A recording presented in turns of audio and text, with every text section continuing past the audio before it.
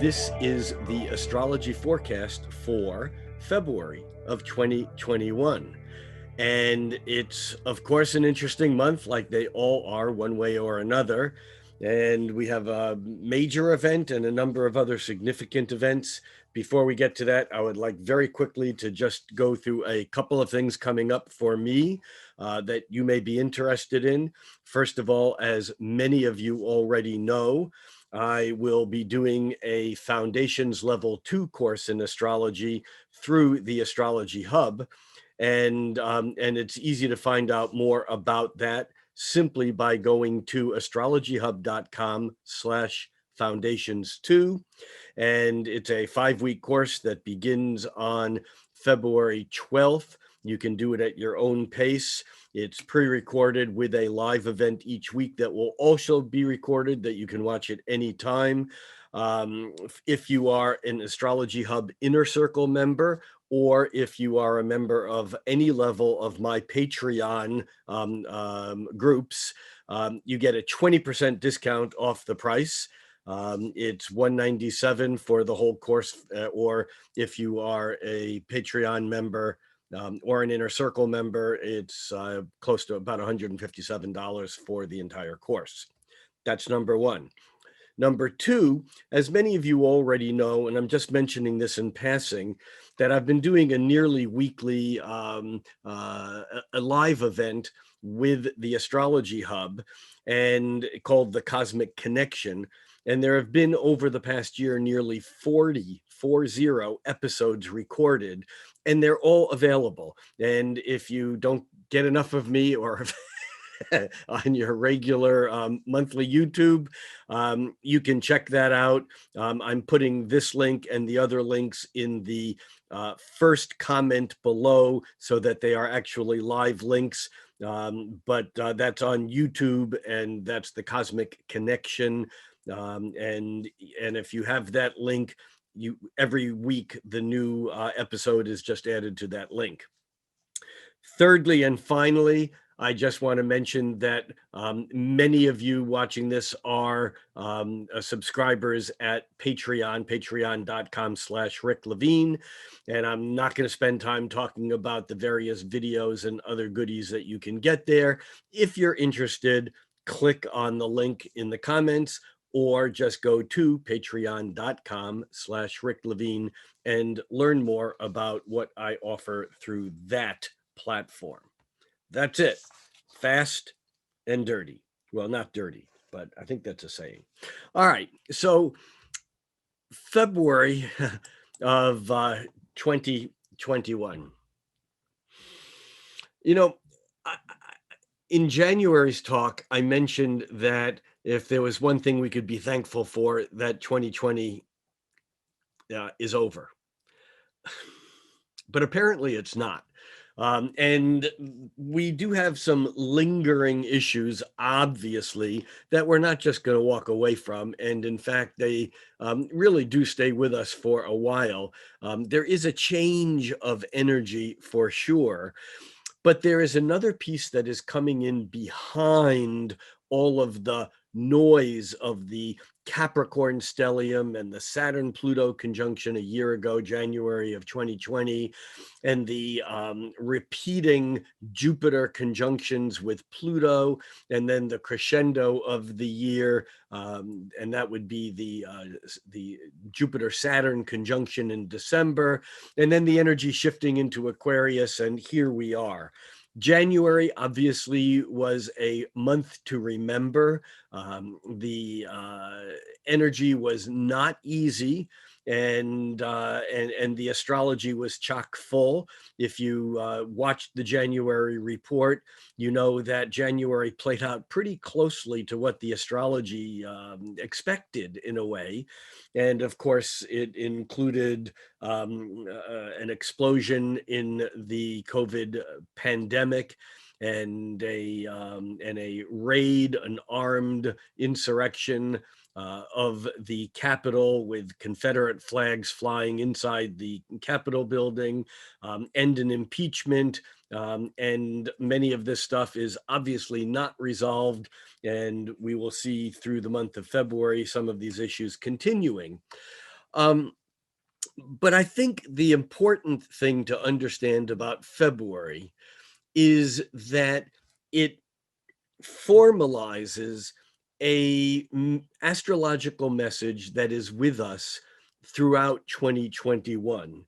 And that message is the message of Saturn having moved into Aquarius, making a square with Uranus, which has been in Taurus for pushing close to 3 years now. The first of the three squares between Saturn and Uranus occurs on February 17th. And then Saturn actually turns retrograde in May. And then the second square between Saturn and Uranus is in June. And then Saturn turns direct in October. And the third and final square between Saturn and Uranus is on December 23rd. And although in 2022, Saturn retrogrades back close enough to be within a degree or so of Uranus, and so the energy is still even with us through 2022. But through 2021, the Saturn in a fixed sign Aquarius squaring Uranus in fixed sign Taurus is surely the loudest, deepest, strongest astrological note of the year. And the other things that play through astrologically in some ways will be dancing to this deeper beat. So I'd like to spend a couple of minutes before we move into the specifics of February. Well, this really is a specific of February. Just talking about Saturn squaring Pluto, because although it occurs only on these dates, it is the energy of what's going on. We have squares between fixed sign Aquarius and fixed sign Taurus. We're getting a number of these other squares that will come and go throughout, that already have, and some that are still yet to come and go as planets moving through Aquarius will square that Uranus in and even Mars that are both now in Taurus. But the thing about Saturn and Uranus is this. Saturn in traditional astrology rules both Capricorn and Aquarius. In modern astrology, we say that Uranus is the ruler of Aquarius. Now, it's probably unfair to say that the ancients were wrong. And in fact, I think it's healthy to understand that in modern times, we've taken these newly discovered planets. I say newly discovered, meaning in the past couple of hundred years. But we take these newly discovered planets like Uranus, which was discovered in the late 1700s, in the 18th century, and we give Uranus to Aquarius, but it doesn't mean that Saturn no longer has an effect. And here's the important thing to understand about this year of Saturn squaring Uranus, where the heavyweights of Jupiter and Saturn have moved from Capricorn into Aquarius. We're getting this dilemma between these two signs of Capricorn and Aquarius. And in a way, it's Saturn representing the old guard, the status quo. Saturn is the staid. It's the structure that has existed, and it certainly represents the status quo. There's a conservative, and I don't mean just politically, but there's a conservative energy about Saturn because Saturn wants to be cautious. Saturn doesn't want to do something and that will jeopardize what's been done up until the present moment. So we have Saturn moving into Aquarius, where Saturn actually gets a buzz on what is ahead. You see, because to the ancients, Saturn was not only the rules that we had to follow, but it was also the rules that we got to break or bend as we learned and were educated about what those rules were. And that's Saturn's ancient association with the scientist, who can innovate and can make new inventions and breakthroughs that now we give to Uranus, but still has a sense of connection to Saturn, because you have to know what the rules are in order to alter them with safety and intelligence. So we have Saturn as almost like an immovable object. Saturn is karma. You don't get to argue with Saturn. You get to deal with what happens from the results of the past as Saturn does his thing. Now, into that, we add Uranus, which basically disrupts Saturn. When Uranus was first discovered, it shattered our understanding of the universe, because until Uranus was discovered, Saturn, going all the way back into ancient history, Saturn was considered to be the outward limit of what we could perceive. There was nothing out beyond Saturn that moved, that was animated. Out past that was only the fixed stars, and they did not move. And so when we discovered Uranus, all of a sudden, the slowest moving planet in our solar system, Saturn, being a 30-year, 29.5-year cycle, all of a sudden we had our minds blown, because there was something that was 3 times as slow. Uranus is nearly a 90-year cycle, about 84 years actually. And this shattered our belief in the status quo. Well, that's still Uranus's job. Uranus's job is to shatter that which is indestructible and immovable. And in a way, it's Uranus as the eclectic breakthrough, the sudden awakening, the lightning striking, the lights going on. Uranus is the great awakener. Now, Rob Hand, who I consider to be the academic dean of astrology on the planet. Many people know Rob Hand from his works like Planets in Transit and essays on astrology and Planets in Youth, and certainly many other contributions. And of course, the resurrection of the ancient traditions through Arhat and Project Hindsight, Arhat, the Association for the Recovery of Historical Astrological Texts. Rob Hand wrote, and I can't even recall in which book, it might have been in Planets in Transit, in one particular transit, but it stuck to my mind, that Saturn and Uranus, when they're combined, when Saturn runs into Uranus, or when Uranus transits across Saturn, it's like an irrepressible force. That would be Uranus. It's like you can't stop lightning once it starts to strike. Once an atomic reaction begins, you're not going to contain it then. You're going to contain it before it starts. But once it starts, it's irrepressible, it's uncontainable. So Saturn-Uranus is Uranus, an irrepressible force, meeting an immovable object. That would be Saturn. And so there's stress and tension that builds to a point where something eventually shatters. Or in fact, or the energy, the lightning, is contained before it starts. Either way, this is the theme of 2021. And I'm calling it a conflict between the old and the new. It's really much deeper, wider, more nuanced, and more complicated than that. But Saturn is the old. It's the status quo. It's the stable. It's the structures that have been in existence. And Uranus is the excitement and the fear around the lightning striking and breaking down those old structures and giving us something that is new.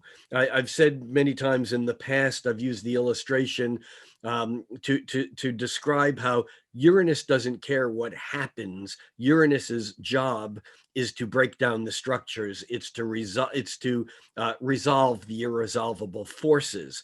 And when lightning strikes, you have irresolvable forces of a positive and negative charge. And lightning strikes, and for that moment, that charge is gone. The lightning settles it. Now, if an entire forest burns down, or even like most of like Yellowstone Park. For many of you who are not US citizens, Yellowstone is one of the largest, maybe the largest, but most beautiful resources of forest and old growth forests and so on. And many years ago, a couple of decades ago or so, there was a lightning strike. There were several of them that started fires and burned much of Yellowstone's forests to the ground. And people said it was the worst thing that could have ever happened. It was like a great loss. And now, however, the same people who said that, the naturalists even say that Yellowstone's forests are more vigorous and vital than they've ever been. You see, Uranus clears the deck so that the new growth can occur without all the underbrush and all the old stuff in the way. So what we're seeing with this Saturn squaring Uranus is a direct and dynamic conflict between Saturn moving into this socially astute, futuristic orientation of Aquarius, but it's a fixed sign. So it still has that sense of rigidity and know it all, knowing what is right. And that Saturn, as it moves into and through Aquarius, direct, then retrograde, and then direct again, will 3 times make a square with Uranus. Uranus, that irrepressible change in a fixed sign Taurus, and Taurus says, I don't want to change that much. I don't want to change fast, and I don't want to change unless I have to. And if I have to, then I'm going to do it. You're not going to stop me, and I'm going to get it over with. So this is what we're seeing in February, and we'll see it through politics, and we'll see it through relationships. We'll see it through our energy with our own finances and our own relationships in our life. We'll even see it financially on the market. And it's interesting to note, because we can gain from looking backward in history. There was a Saturn-Uranus square during 1860 to 1862, and many of you will recognize this as the period of the American Civil War. There was a Saturn-Uranus opposition toward the end of World War I in 1917. Actually, 1918 through 1920 was the actual opposition. But of course, this was also the influenza epidemic period of time, the Russian Revolution, and it was also the period of time of women suffragettes. So this was an important dynamic, old versus new period of time. When we got to the square of 1930-31, we have the rise of fascism in Europe. And we also have, in the United States, we had at the beginning of the 30s, the New Deal in the United States. And of course, the Great Depression, which was with us throughout the 30s, but began in in 1929, but that was the period of the Great Depression. Note the theme here, the reoccurring theme of fascism versus liberalism, and financial depression and or change, and or the expression of outbreaks of war or fighting over these issues.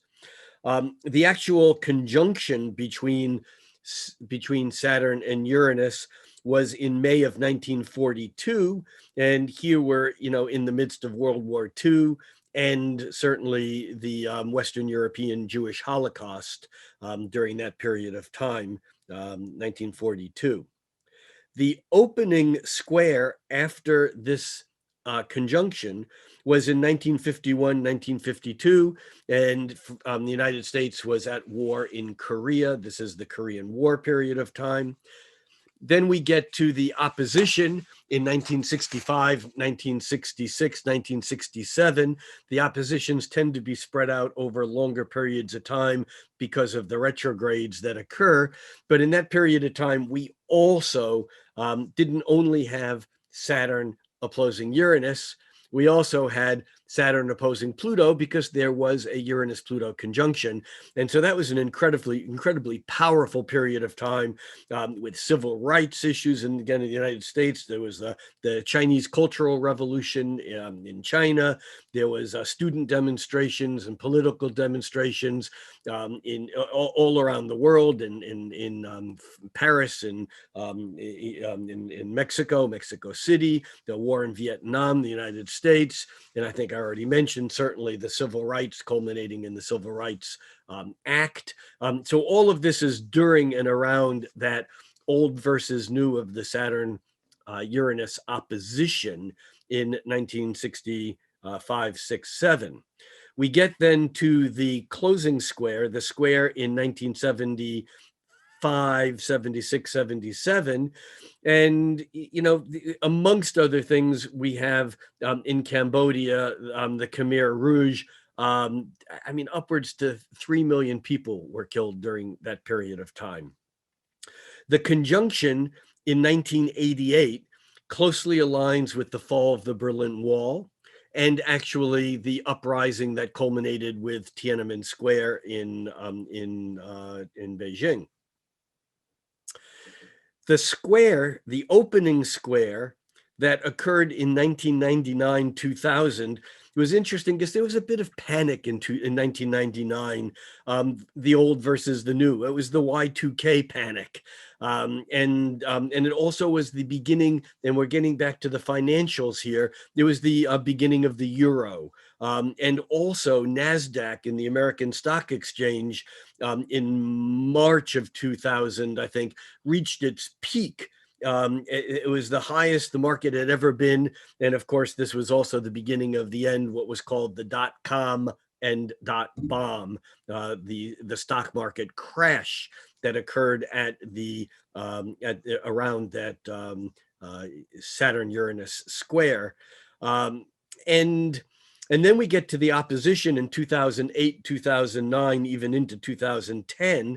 And what's interesting here is that the first of the 5 oppositions occurred on November 4th, 2008, within a few days of the election of Barack Obama, which had its own old versus new Saturn and Uranus kind of energy to it. But there was a whole back scene to this that had to do with deregulation that culminated in the stock market crash that was largely tied to the overextension of the stock market, and especially in the housing finances. But this was certainly part of the Saturn-Uranus opposition. Interesting, during this period of time also, we had the origins of Bitcoin.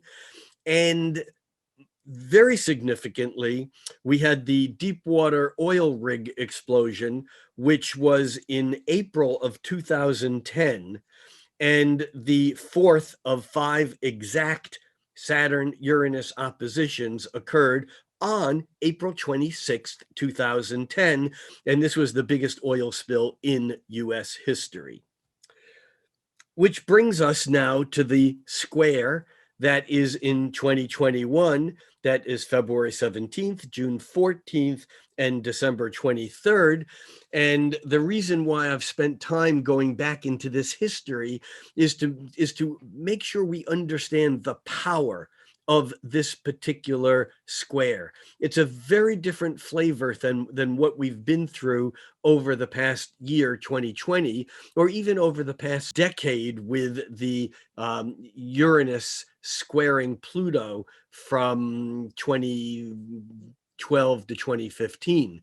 This is a direct confrontation of the old and the new.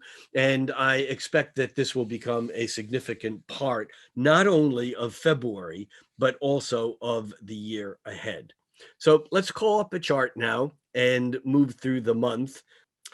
Okay, so here we are looking at a chart for February 1st, and we can see that Venus is at 29 degrees of Capricorn. And in fact, Venus will move into Aquarius later in the day on February 1st. Here we have February 1st in the afternoon, and we can see that Venus has moved from Capricorn into Aquarius. We can also see now that we have 5 planets in Aquarius: Venus, Saturn, Jupiter, the Sun, and Mercury. This is a huge change from last year, where we started the year with 5 and even 6 planets in the sign of Capricorn. Again, Capricorn giving us the sense of structure and of stability, and of, with Pluto there, with a bit of the deconstruction of the structures. Pluto is still lingering back in Capricorn, but now with Saturn and Jupiter and the other faster moving planets in Aquarius, there's certainly this sense of looking ahead. And yet these planets that are looking ahead are forming squares with Uranus in fixed sign Taurus and Mars in fixed sign Taurus. And we can see that these squares will occur on specific dates throughout the month.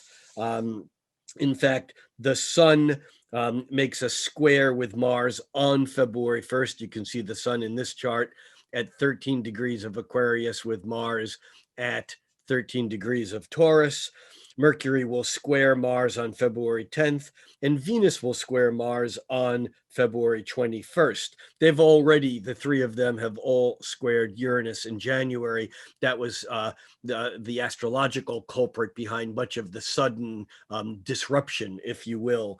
But with them squaring Mars, there's certainly a bit more conflict yet to come out. The other thing is that through February, Venus squares Uranus on February 6th. Saturn squares Uranus, which is what we talked about before we began looking at the chart. Saturn squares Uranus on February 17th. And then the Sun forms a sextile with Uranus, which may temper some of that energy on February 21st. That's after the Sun has moved from Aquarius into Pisces. We're also looking at the fact that Mercury, being quite a bit ahead of the Sun, has turned retrograde and is now moving back toward a conjunction with the Sun. And Mercury will continue on its retrograde path through February 20th.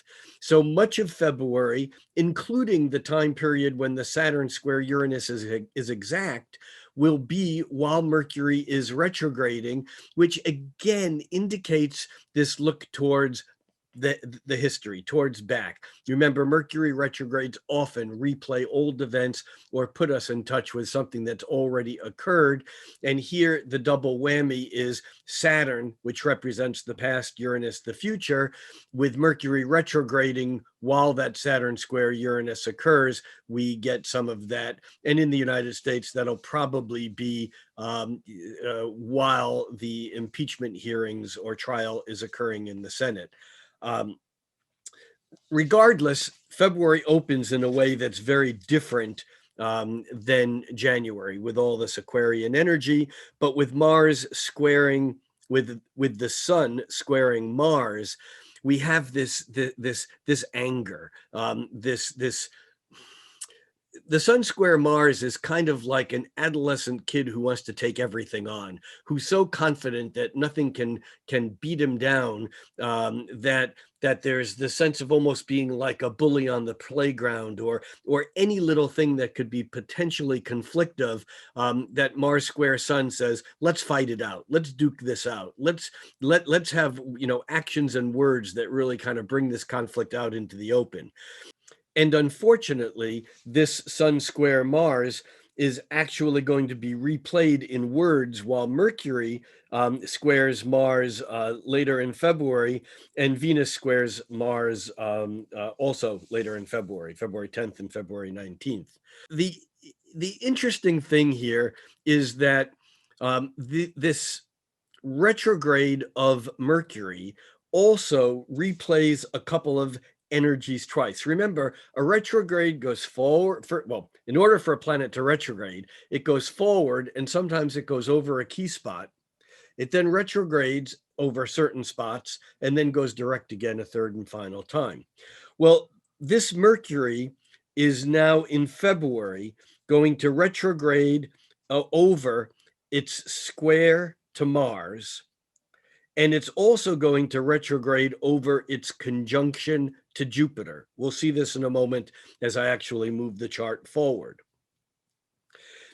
However, Mercury already squared Mars back on January 8th, and that was just a couple of days after the insurrection in the capital of the United States. That was on January 6th. Mercury squaring Mars is words of anger. And so on February 10th, we will see that again.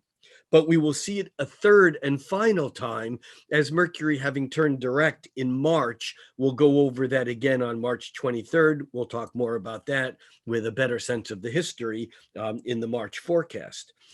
But we also have Mercury backing over the sun, but it won't repeat that because the sun moves fast enough that it gets out of the picture. But Mercury backs over, retrogrades over Jupiter, and it will do that on February 14th.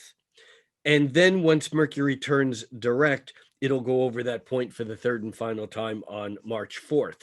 So this Mercury retrograde moving through Aquarius is going to bring up stuff that has, again, already been brought up, and we can track these first dates in which it happened and compare it to what unfolds in the future, because there usually is some connection there. On February 1st, so we have the sun squaring Mars. That's that anger. We'll come back to that again later with the other planets squaring Mars. We have Venus moving into Aquarius. That's really the whole future aspect here.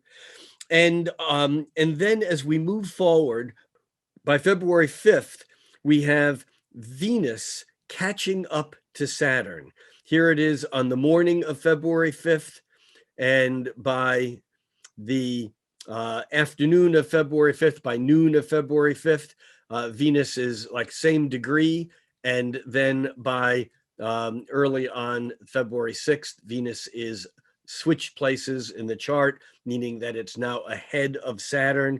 Venus lining up with Saturn is good news, bad news. I mean, Venus is warm and love and desirous, and Saturn is cold and stabilizing. Now, the upside of Venus-Saturn is that very real things that can happen that really stabilize our sense of true love, real love, rather than just illusory, romantic fantasy love. I mean, Saturn, Venus together is certainly a reality check. We have Venus during this period of time also, though, moving into a sextile with Chiron. Now, remember, Aquarius and Aries are separated by Pisces, so they're 60 degrees apart. They're sextile signs. They are sextiled signs. And so by February 6th, we have Venus forming a sextile with Chiron, and there's a chance for healing. There's a sense of there's something here about coming together. There's a potential here for using the love of Venus to break down some of those barriers that we set up because of our wounds, because of our hurts and our anger. And by the way, I should mention also that by February 9th, Saturn is making that exact sextile with Chiron. So Saturn is already only a degree away here. And so we're seeing, as Saturn moves closer towards that sextile to Chiron, we're seeing also an aspect that will repeat 3 times over the year, but we're seeing this potential for some real healing. Whether it occurs or not depends upon both parties, certainly, but there seems to be a potential for either a reaching out or a coming to some common ground over certain issues, again, whether they're personal and or whether they're global political. There's some reality to the potential healing that's occurring in this first part of February. However, at the same time, these two planets, Venus and Saturn, are not only forming a supportive, cooperative aspect with Chiron, they're also both coming into those squares with Uranus that we talked about earlier. And on February 6th, Venus actually makes its first square to Uranus. And there's a bit of disruption. There's a bit of a no, this is what I like, and whether you accept it or not, tough. This is new. This is different. This does not conform to what you think things should conform to. And of course, behind that, Saturn is there saying, "Oh yeah, well, conform to this." And this again gets to that struggle, that conflict between the old and the new. By February 8th, we have retrograde Mercury coming into its conjunction with the sun and actually lining up with the sun and then retrograding back over the sun. So now Mercury is in lower degrees than the sun, but this often is a period of time of intense mental focus. Why? Because Mercury is how we think and how we communicate, and the sun is our center of being. It's our will. And in some ways, when Mercury lines up with the sun, even when retrograde, there's a laser-like focus of energy. But because Mercury is retrograde, sometimes it's difficult to get that out into the open, to get to express that energy.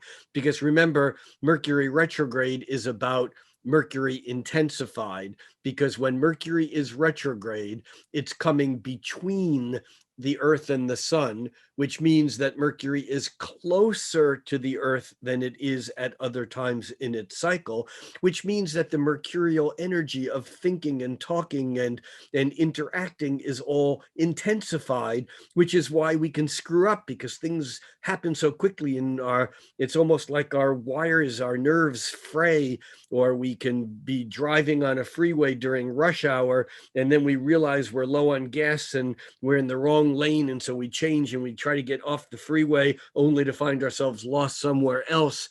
It's Mercury retrograde can create issues that are often the result of too much noise, too much communication. And one of the ways of handling Mercury retrograde is meditating, is breathing, is slowing down that mental function so you don't get caught up in the, oh my God, this is it, I got to do it right now. As we get to February 10th, we see that Mercury in its retrograde is now forming its second square with Mars. We talked about this earlier. And yet what's happening here also is that Saturn is getting also incredibly close to its square with Uranus. And although that Saturn-Uranus square doesn't happen until the 17th, look, here on the 10th, it's already within 1 degree of it happening. And so that conflictive energy, that energy between the irrepressible blast into the truth, the future, the new, the innovative, the breaking out, the unconventional, the radical, is running into Saturn wanting to hold things together, wanting to be stable, wanting to return to the past. Now, I agree that people have very different senses of what the past was and what the future should be. And this is basically part of the dilemma, but these energies come out very strongly during this period of time. On the sweet side of things, we're also coming close to Venus conjoining with Jupiter. And we can see here that Venus on the 10th is at 11 degrees of Aquarius with Jupiter at 12. And we move that ahead a day to February 11th. And we see that conjunction between Venus and Jupiter. And we also see something else, and that is the conjunction between the moon and the sun. And that conjunction actually occurs at 11:05 a.m. on February 11th. This Aquarius new moon is lovely for one reason and difficult for another. The reason that it's lovely, well, first of all, any Aquarius new moon is a beginning of not only the month ahead, but some people say of the year ahead. In fact, the Chinese New Year is on the new moon in Aquarius every year, and this conjunction between the moon and the sun in Aquarius is really a harbinger of the spring, because it's the sign that is, it's a fixed sign, but it denotes the days beginning to get longer in the northern hemisphere, more quickly. And so it's, even though in many places in the northern climes it still feels like the middle of winter, we get glimpses of the spring. And that's that futuristic hope that's attached to Aquarius. And this Aquarius new moon certainly has that feeling. And it's a great new moon to plant these seeds of intention, because there is so much that is occurring that is still behind the scenes, but getting ready to come out into the open, not at the next new moon in Pisces, but at the following new moon in Aries. On top of that, this new moon has the conjunction of Venus and Jupiter, which arguably is one of the sweetest aspects in astrology. Now, for those of you who know my work, you know that there's good and bad in every aspect, whether it's good or bad, whether the aspect is considered good or bad. And in traditional astrology, Venus and Jupiter are the lesser and greater benefics. They're good planets. Why? Because they're typically easier to work with. But when Venus and Jupiter get together, there's a bit of indulgence or overindulgence that can occur. There's a bit of overdoing when it comes to sweetness and having nice times. Why? Because Jupiter is expansive and exaggerating, and Venus is pleasant things and money. And when Jupiter and Venus get together, we might spend more than we need to on something that brings us pleasure, or we might inflate the potential of something that is romantic just because this feels wonderful. And yes, this is very close to Valentine's Day. And so this Valentine's Day might actually have some romantic and or some more than usual, especially compared to last year's Valentine's Day, which I remember was not very Venus Jupiter oriented. But this is a very significant new moon, those being the upsides. And certainly also we have that Saturn now moving into that the sextile with Chiron, so the potential for healing is quite strong. In fact, we also have Mars moving toward a sextile with Neptune, which is also a sweet energy that doesn't become exact until February 13th. But there's a way in which we can move our physicality that aligns with our spirituality, that aligns with our higher perceptions and our ways of seeing the potential, rather than being limited by just the base gross material reality of what is. That's the upside. The difficulty with this new moon is the fact that we have that Mercury still squaring Mars, left over from the 10th. And we have Saturn coming into the square with Uranus. And these energies are tough. They are conflictive. And so we have this sense of, we know things need to change, but we're hesitant to change because it's almost like anything we do is overstated. It's almost like if we make any change, it's too much. And so there's this tendency to want to hold on to things. And yet, as we move past this new moon, we also see that retrograde Mercury lines up with Venus, and that occurs later on the 12th. Mercury is really flying right now. It's moving almost 2 degrees a day, and that Mercury backs up across Venus late on the 12th. You can see it here on the beginning of the 13th. And of course, on the 13th, we also have the exact sextile between Mars in Taurus and Neptune in Pisces, with the moon sweeping through that point in Pisces. And so there's a real lean here after the Aquarius new moon of the potential of imagination and of creating reality based upon our higher ideas or higher ideals. And then as we move ahead, we get to the crux of the month, and that is on February 17th. We get the exact Saturn at 7 degrees of Aquarius, squaring Uranus at 7 degrees of Taurus. And lo and behold, the moon always seems to be a culprit in these squares. At least it was during January, which certainly exacerbated some of the squares back then to Uranus. But now again, we have the moon coming into a conjunction with Uranus, and therefore a square to Saturn. And therefore that moon will not only conjunct Uranus and square Saturn, but over that day and the next couple of days, that moon will square Saturn, Mercury, Jupiter, Venus, and the sun. So this February 17 is a very intense period of time.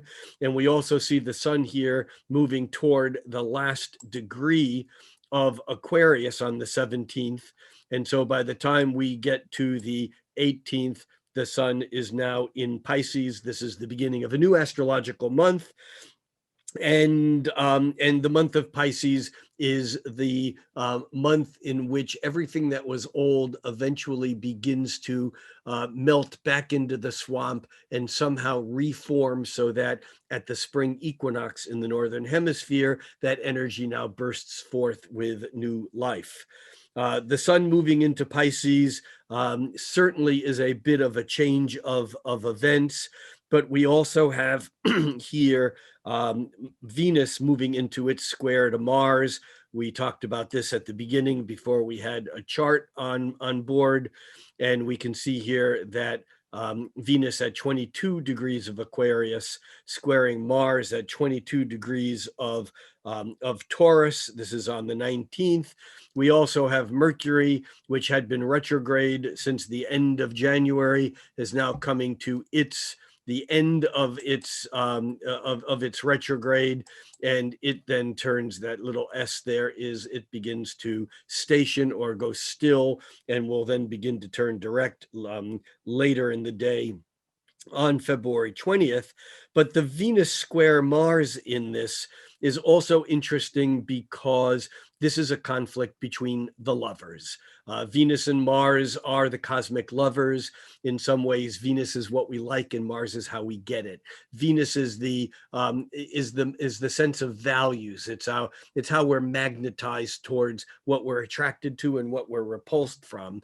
And Mars is the physical encounter, whether it's actually a physical encounter that can be a lover's quarrel, or whether it can actually be a lover's act. In either way, Venus and Mars can be good news or bad news.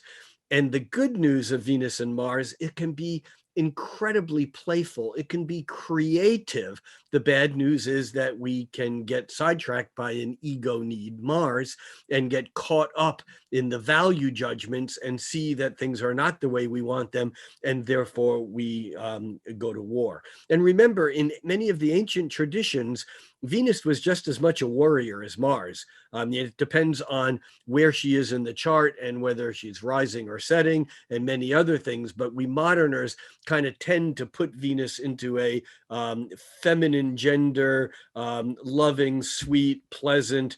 And there is this energy that is the shadow of Venus, or dark eros, if you will, a term that is a title of a book by Thomas More, the guy who wrote all the soul books.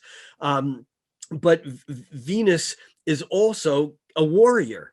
And Mars isn't just a warrior. Mars is also a passionate lover. So this square that is building while the sun is moving into Pisces and during the Saturn square Uranus comes to fruition on February 19th.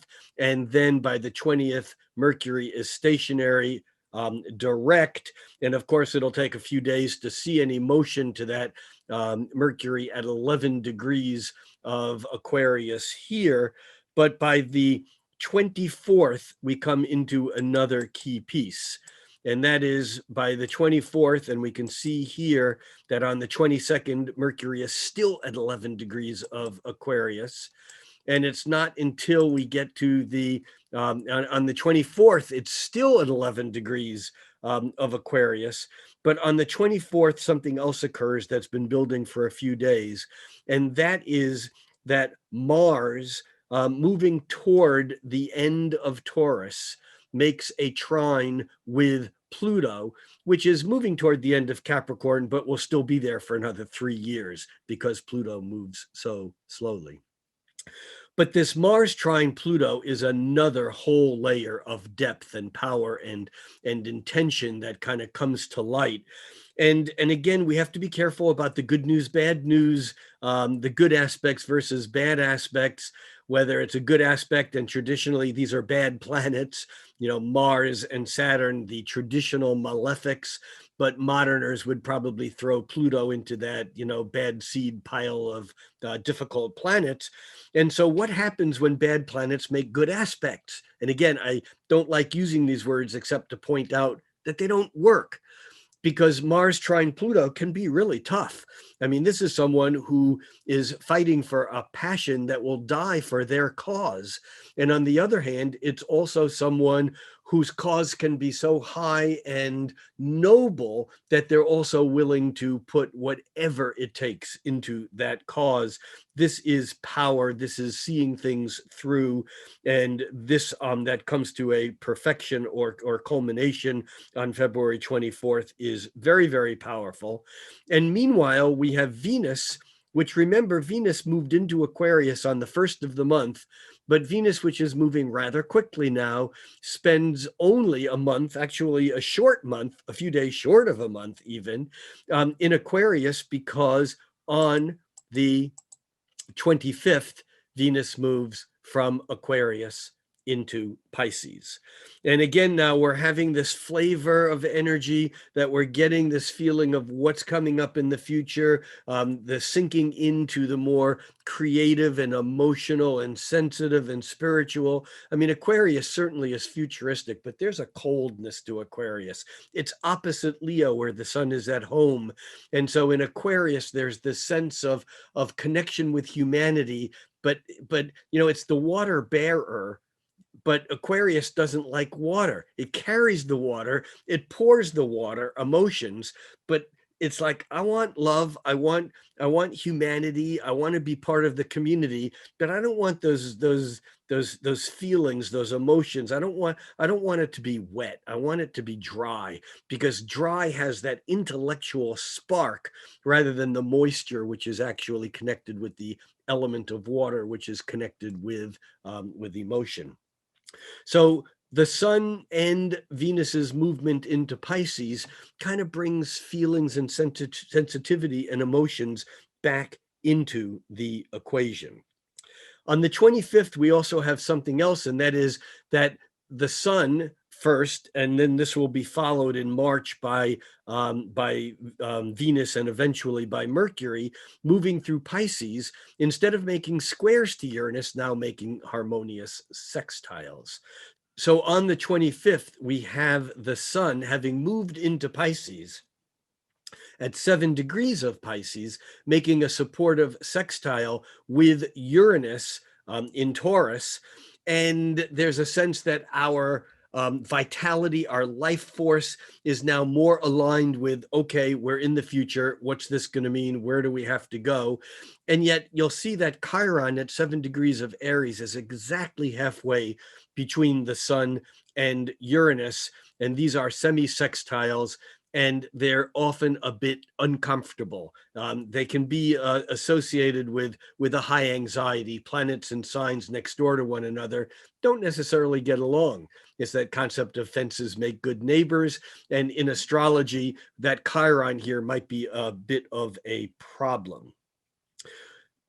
And this brings us to the full moon in Virgo on February 27th. It actually occurs at 12:17 a.m., and that's Pacific time. All times in this talk are Pacific time.